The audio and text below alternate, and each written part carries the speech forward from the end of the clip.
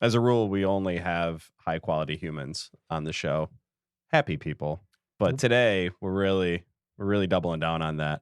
I don't know if I've ever seen you. I'm sure it's happened, and I'm sure someone listening, someone I'm thinking about right now, can probably tell me if you're ever in a bad mood or upset. But Andrew Sikora, always smiling, always a positive vibe about him. Pumped to have this conversation with you today. You are far too kind. It's true. I know. Welcome. I appreciate that. Thanks, guys. Yeah. I enjoy spending some time doing this. It's fun. It's different for me. I've never been my first time on a podcast. Oh, really? Yeah. Second time now. Oh, second time now, Yeah. right? That's right. So watch out for that other episode on the other show. We just recorded on the other podcast we did right before this. So he's all warmed up and ready to go. Yeah. Business side, Andrew's business is all day benefits. So if you want to give a quick high level overview of what you do there and who you help here locally. Nah, that's boring. Let's jump right into that. It's actually tragically boring. It's insurance related, but you know, Let's see how many people I can put to sleep. Ready? Listen to this at 8 o'clock at night. Well, 8 o'clock my time, but yeah, 10 o'clock when everybody's getting ready to go to bed. No, just a small niche insurance brokerage, the medical, dental, vision, ancillary benefits side, where my mission, my goal is to help as many small businesses as I possibly can, right? So that's really kind of, without, again, going too far into it because of what we just did with the other episode. Yeah, it keeps me excited, keeps me going. You know, as a small business owner, it's like never a dull moment, right? Yeah, There's always something. And it's gonna be hard for me. I have to call you Andy. So Call me Andy. Yeah, you're gonna be Andy now. Andy does really. You've had multiple businesses, multiple successful businesses. You're a true entrepreneur. And your passion is very similar to mine in that I just love helping the small business owners. Yeah. So to really come full circle on this, you're honed in on businesses that have under 50 employees for the most part. I mean, you can work with bigger. Both. Yeah.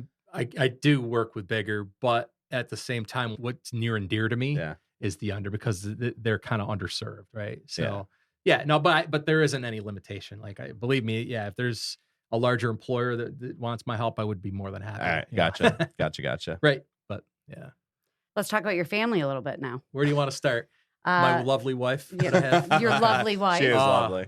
She's great. She's actually very supportive of me. She thought I was going to have a podcast a couple years ago, but I just didn't make it happen. And so I'm like telling her about this today. She's like, "Oh, okay, good. You're going to." We should have had her on too. She would not. She will be on. Yes, she would love to be on. She would be. That would be great. Jenny Sikora, we are Everybody talking about, Yeah. and she does what for a living? She's a principal, right? She is a principal at MLK Elementary School in the city of Utica, and she just does a great job. I mean, loves it. Loves her kids. Her staff love her, and I see why.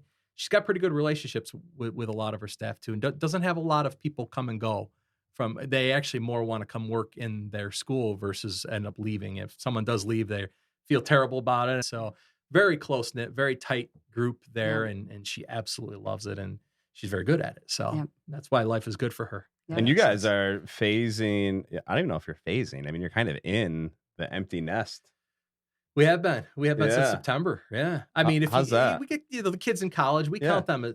They're empty nesters. They're not quite up and grown up and out of the way, right? We still come back with them. Dirty laundry. And they'll be back in a couple of weeks, right? Yeah. Oh, of course, financially too, right? They're gonna need some money here and there, but yeah, no, it was strange because when we dropped our youngest off to college, Cecilia, who was in Pace University in New York, it was like the week after, it was like, this is so weird, quiet around here.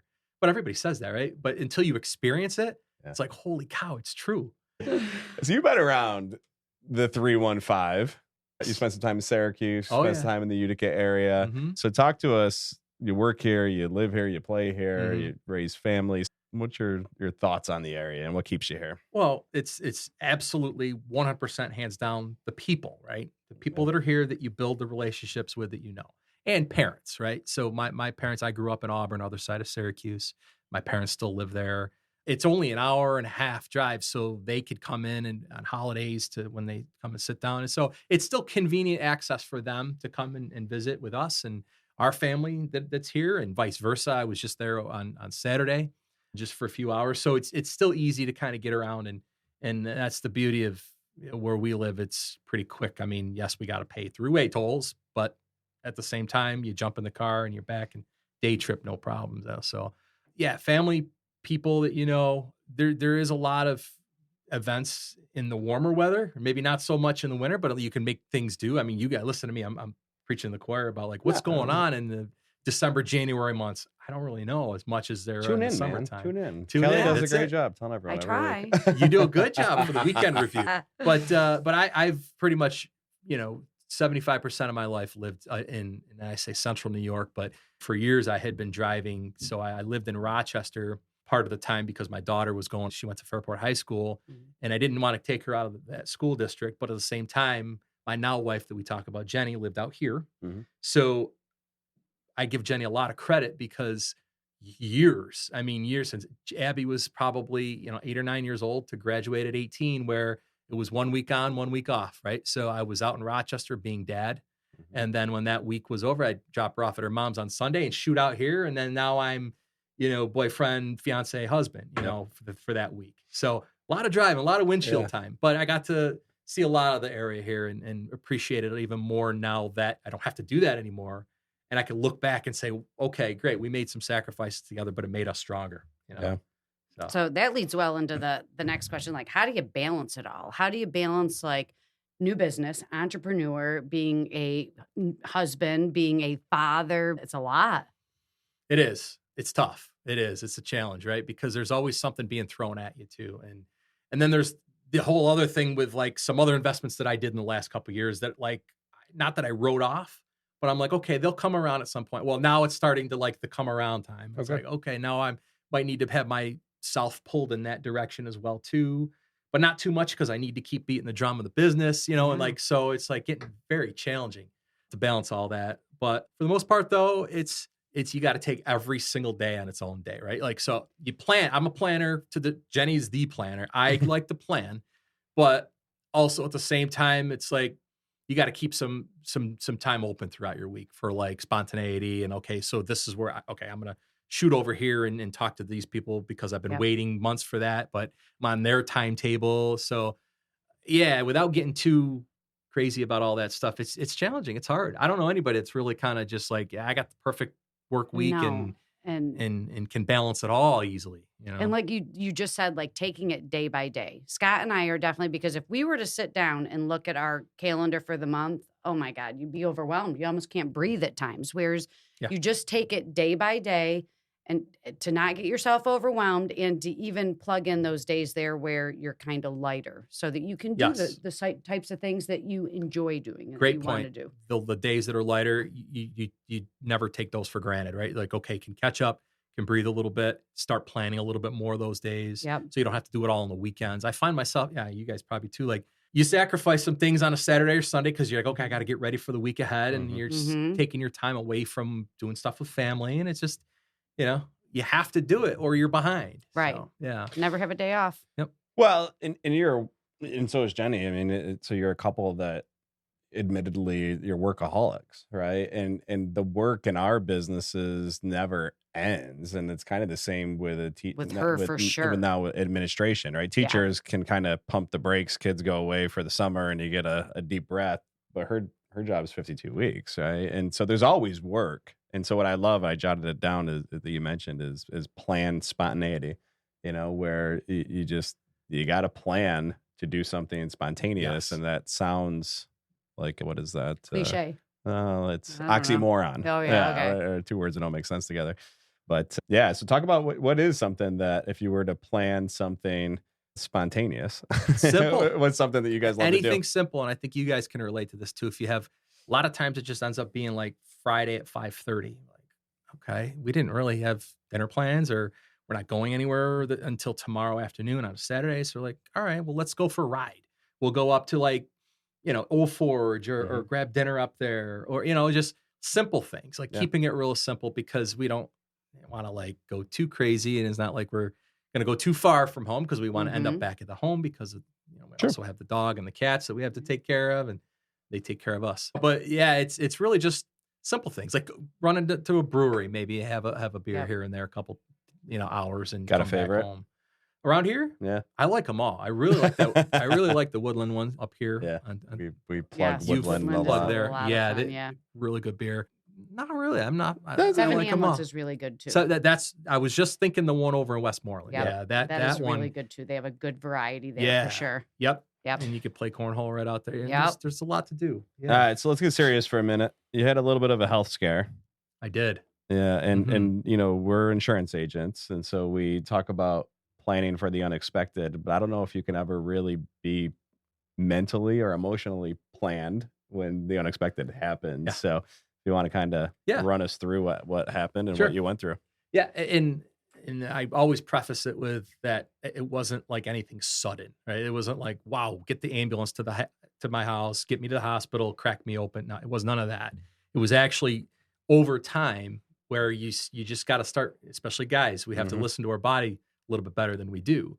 Fortunately, I didn't wait too long on that. So for me, it started a few years back, probably about 3 years ago, two and a half, 3 years ago now, where I started feeling a little bit of a flutter I thought it was the top of my stomach, where your esophagus comes down underneath your sternum. Mhm. It was like, what is that feeling? It was strange. And I was like, something's going on in my esophagus. I eat a lot of hot food. Spicy food. So I love spicy food. We love, I love chicken tikka masala and hot wings and all this. And so I love spicy food. So I had to do something with irritating my stomach lining or my esophagus. So I went to my primary, told him everything, my symptoms going on. And then, so he suggested I go to the gastroenterologist. And so conversation there, next thing leads to the upper endoscopy that I had done. Literally at the end of that procedure, come to and have conversation. He briefed me right after. He's like, everything looks good. And he's showing me some pictures. And I go, so what's going on? Is that, I thought maybe my esophagus was stretched a little bit. And he's like, everything looks good. He goes, you have nothing wrong with you. And he goes, I recommend you just go into your primary care and check the next specialist that you can go to. And I literally looked at him, Scott. I said, impossible. Like, how? Right. Like, what's this feeling? Yeah. And he just said, you could just check this off your list. So the next specialist was a cardiologist, and great care right here at CNY Cardiology, my doctor. So I didn't have to go too far because it's local and I liked it here. Yeah. And first year I went to him, had echo done, and it showed a little bit of like a leaky valve, right? And if you live long enough, which I'm not that old, but most people, if you live long enough, you have some sort of valve leaking, right? It's like not uncommon. Not uncommon, yeah. Yeah. So I'm like, all right, so no problem. So what do I do? And he decided to just kind of monitor. We're going to look at it. We're going next year we're going to make you an annual appointment, come back next year, and we'll give you, a little prescription for like a beta blocker. So it's not arrhythmia or anything like that. And so I'm like, okay. Fast forward throughout that next year, before my appointment, it started getting worse though. Like it started taking my breath away. Like 2-ish in the afternoon, I started getting tired. I'm like, I want to take a nap. I just slept 8 hours last night and I'm tired at 2:30 in the afternoon. Something's going on, even more than I knew it would, that it was starting to affect my daily living. Right. So fortunately that was about the time I had to go back for my annual. Did another one and apparently got a little progressively worse. And I did a catheterization and it showed that my aortic valve was actually not completely, but almost completely withered away. And I was like, how is that even possible? So really to this day, I don't know how. It could have been hereditary, or not necessarily hereditary, but I could have been born with it. It could have been that I got some sort of bacterial infection that attacks your valves, and this one happened to be my aortic valve. So really to kind of move this story forward, it was to a point where the doctor wanted to see, because I was young enough to see if they can repair it versus have a complete replacement, because you can replace them here or St. Joe's in Syracuse, places like that. And so he referred me over to Cleveland Clinic. And when I told my dad that, because he worked in healthcare, a hospital for 30 years, he's like, Cleveland Clinic? All right. Is that like, why are we going to the number one heart hospital for the last 30 years on this? Is that serious?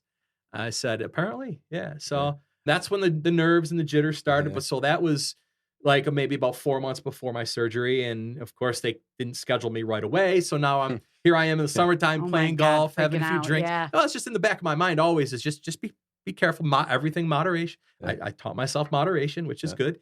And then by the time September rolled around this past year, I was just, let's go. I was ready to go. People asked me if I was nervous. I said, I just want to get it done. I want to see if I can get this taken care of and how I feel after, if I can go back to being how I was. Well, they couldn't replace it. I'm sorry, they couldn't repair it. They had to replace it because it was so withered, so bad. And it's interesting that they took a piece of a lab grown to a part of a cow's heart, and they cut out the pericardium, which is the exterior. Yep. And it's grown in a lab, and then they took a piece. And so I have an exterior piece of a cow's heart as my new aortic valve. And the surgery went great. I spent a few days in the urgent care, and then they put me in step down care. So I was out in Cleveland from end of September to October for about 10 days. And almost immediately I started feeling better. And almost, I would say immediately, other than like the pain, because it was painful. And but you forget about the pain. Surgery, right. You forget about the pain. And so now I'm on a mission to tell every single person and back to listen to your body, right? I mean, if it's something that isn't really normal, make sure you just go to every length to find out what it is. Yeah, because early prevention, I'm guessing this wasn't going to get better, and this could have led to something. Heart failure. My heart was growing at a size that it shouldn't have been because it was extra trying to pump. Yeah. And that fluttering was the blood regurgitating back into my heart, because it's only supposed to go from your aorta down to the rest of your body. Well, it was coming back in. So it was wild to know that feeling was that my valve fluttering. I was like, wow. Okay. So what's changed mindset? Did it change you? It did. I had a lot of time to sit in that hospital bed and think about what's one thing that changed as far as your outlook or the way you live your life now? Most importantly, gratitude. Most importantly, thankful for everything that I've ever been given, and thankful for the ability to be alive. Really, every day is a blessing. And I don't want to get too sappy with you guys, but do it. It's certainly, I say to Jenny all the time, like when we'll go for a walk together, like we go walks every day, and I'll say it's a great day to be alive, and she'll just look at me smiling because I say it every day. Yeah. And she just knows that I truly mean that, because it could have been different, So I'm just really thankful. That's all. Maybe that's why I have a smile all the time. Yeah, now. You were smiling before. Yeah, I'm but a now that you're part cow, you do seem a little happier. Right, I'm going to start smiling. Right. All right. So when you have a moment like that, you're passionate about certain things, and you know what you want your legacy to be. So what's your passion? I want to make sure, and it's really nothing that most people already want, but they want to make sure that their kids are taken care of.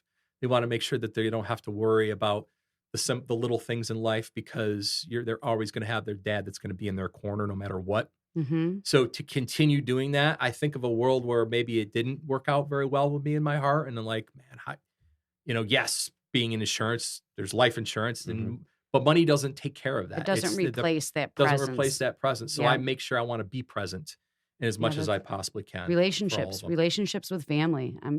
It's so important because you don't know how many days you have with them. Your parents, your kids, no doubt. Let's talk about the kids and kind of come full circle to this area that we were all. I know you're a little bit further west, but we were all born and raised in. Why should the kids stay here? Well, I think truly the opportunities are really solid here. I mean, our area is coming around significantly. There's more, especially if you get into like a manufacturing, right? Mm-hmm. You got Wolfspeed here. You got Micron and Clay, that's where my office was out in Syracuse for a while. And I know exactly where they're building. This is going to be this monstrosity of a building, but they're bringing a lot of opportunities to the area. And they're just, it's rich in tradition here too, like in history. I mean, we're fortunate, even though we do always kind of take it for granted, that we had the Revolutionary War was fought, a major part of it was here. And so if you're a history buff, there's so many things you can do with history. My favorite is the Adirondacks, right? Yeah. Who doesn't love the Adirondacks? Sure. If you're from this area, you go up at least once a summer or twice a summer, or maybe you get lucky to own a camp up there, or go up to Dacres and have some dinner or somewhere. I throw them as an example, but there's many places where you could go. Oh, we love Dacres. Yeah, it's great. If you can get a table. Yeah. There are so many places in the United States that like they never get to see foliage. Like the leaves change. The leaves. Like, it blows some people's minds that our trees look the way that they look. We take it for granted. You do. Like goes back to the even whole... when you're driving on 5S, like to bring it, like you don't even have to go like all the way up to Old Forge. Even when you're driving on that main highway and you see that hill and all the different colors, it really is right. awesome. Yeah, Jenny and I, we actually call it the loop. Like, so when we take it, go for it, like it's, again, when we have a little bit of time, when it's not planned out, maybe a Sunday afternoon, let's jump in the car. We'll take up 12 to 28, go through Old Forge and then all the way up around. We end up staying on 28 so we can go towards Indian Lake, and then we come 8 through Speculator back down. Okay. That whole loop is awesome because you got places where you can stop in and you can have some food, or you could see, like, if it's in the fall, all the foliage that you mentioned. And it's cool because it's like a complete afternoon in like 3 hours. Like, it's just, and you just nonstop go, you know? And what's the harm in it? You spend a little gas money. I like it. So As cool loop. A couple entrepreneurs sitting here, I'm thinking you could probably, like, own the loop, create a party bus. Well, we can create a logo. We can, almost like the Cooperstown beverage trail. Get a little stamp or sticker everywhere you stop, and might be something Andrew like that. Sikora loop. We'll see. All right. Okay. All right. Let's do the plug. So we end all of these with the rapid fire 5, but I want to let you plug the business and what you do. So how do people connect with you? How do they find you? Sure.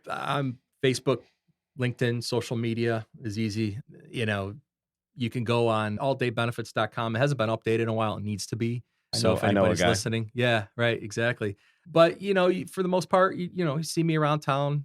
Social media is probably the easiest way. And Scott, I'll give you my phone number in case you want to, throw it out there. Careful. Yeah, don't do that. No. We'll get everything in the show notes. You have notes. my phone number. I'm just saying on the air. Right. So no, I mentioned there's so many. This is a podcast for another day, but I'm really getting into, there's something I think that's going to be a product that I'm involved with that has to do with helping people sleep better. Yeah. And it's coming around. In fact, my other business partners are in High Point, North Carolina right now, because that's like the furniture capital of the U.S. And we have a nice prototype put together of our DreamCline. It's dreamcline.com, of what we're doing to kind of add some fun to a stale market, right? Like basically bed frames and furniture, where it's motorized incline and it's good price point for people, and it'll help with acid reflux, any type of incline that you sleep. All it takes is 3, 4, 5 inches of incline, and everything drains from your chest down to your diaphragm. And you'd be surprised that the people that have tested this out, they don't need their CPAP at night. They just sleep better and don't snore as much, things like that. So this has been like 2-3 years in the making, and we're pretty close to releasing it. So I would be excited because I have back issues, and I know for me that's one of the major things they tell me to do. I have to sleep with like 3 pillows, and my kids are like, "Mom, how do you sleep?" And I'm like, "I sleep so much better, and I feel so much better in the morning, just with that slight incline." Yes, yeah, there is truth to that. And instead of putting blocks underneath your bed, and you have now with the sleep number, but the way they fold you, it like folds the mattress. So it's good for watching TV, but you can't really sleep on your side of your stomach, where this will just completely incline the head of your bed. And we're DreamCline.com. Get in on the IPO early before it explodes. Now, you told me about this years ago, and I was excited for you then. We have a good friend who, I don't know what he uses to elevate his bed, but he said it literally changed his life when it comes to sleep. It's probably mattresses, bedding, just that whole deal, and footwear. Probably the 2 things that we don't invest enough money into. Right? I mean, for the amount of time that you spend in your bed and on your feet. The importance of comfort and good sleep. So keep an eye out for that. All right, we end these with the rapid fire 5 questions. We'll hit just a real quick nerdy one because we're both insurance guys. What's the most common misconception when it comes to insurance? That you have enough. Right? Yeah. No, but you have enough. Yeah, they already checked that box. Yeah. All right. What's a secret to keeping a positive mindset? You're smiling all the time. It's a choice. You got to choose to wake up and be positive, because there are days that like you just don't want to be positive. A lot of days. There's a lot of those days, right? And there's a lot of days where you feel like, okay, today you get halfway through your day and it's not working the way you want it to be. So instead of saying, I should have never got out of bed, just say, well, what can I do differently now the second half of the day to try to salvage it, right? So just try to stay positive right from the get-go. A couple things there. They take timeouts in sports when things aren't going well. The team gets a timeout, they regroup, right? I think in life, we need to take timeouts more often and just kind of regroup. And then I don't know who said it, so I won't give this person credit because I can't, but the way we talk to ourselves, switching the word get and have, right? So it's not that I have to do something, it's that I get to. And Or this I'm goes allowed to. this goes back to your whole mindset shift earlier with the sickness is really the gratitude, appreciating it every day, because it's not that you have to do today, you get to do today, and that is privilege. something to be grateful for. So good stuff there. All right, we already mentioned a brewery, but if you want to give one shameless plug to your favorite local business. Ooh, my favorite local business. I mean, if you like coffee like me, Utica Coffee, Frank does a great job down there. But a lot of people that I meet up with, referral partners, we'll go over to Calabria Coffee in New Hartford. That is starting to be one of my favorite ones. Never been there. Yeah, That's you're where I going to met love it. Chris Jambro on that one Okay. day. Yep. Yeah, I'm it's gonna right, have to right try over that by one Absolutely worth it. what's the restaurant that everyone loves over there? Giorgio's. Right? Yep. Yeah, right. A couple doors down. All right, we kind of talked about this a little bit, but we're going to ask you again because this is always one of our rapid fires. Why do you love living here? Because this is truly a place where I feel the most comfortable. You know that feeling that like you go on vacation, you're like, oh man, it would be nice to live here. But then you're on that same vacation a couple days later, you're like, man, I'm glad I don't live here. I'm glad I'm just vacationing. I never get that. Even when because I, like I said, grew up on the other side of Syracuse, but even when I started coming out here in the Mohawk Valley and spending time out here, I never got that feeling like, wow, I want to just go back to where I grew up. I actually felt that I was like accepted here, and it was great. It was like, this is really down to earth people having fun. And, you guys have spent time in Rochester, so you know that too. Yep. So I was just leaving. So funny. It's good to be in Rochester, but I'm glad I don't live there anymore. Yep. Right. So it's good to be there for the Lilac Festival, right? Park Ave Festival. Fest. Yeah. It's just you don't have that sense of community as much anymore. It's just so big. Yeah. And now the suburbs are getting just so big, right? Yeah. So it's like you get more local home feel around here, and that's really what I love more specifically about like living in this area in the Mohawk Valley. So. All right, last question, probly the most important one. I knew you would want to ask this one.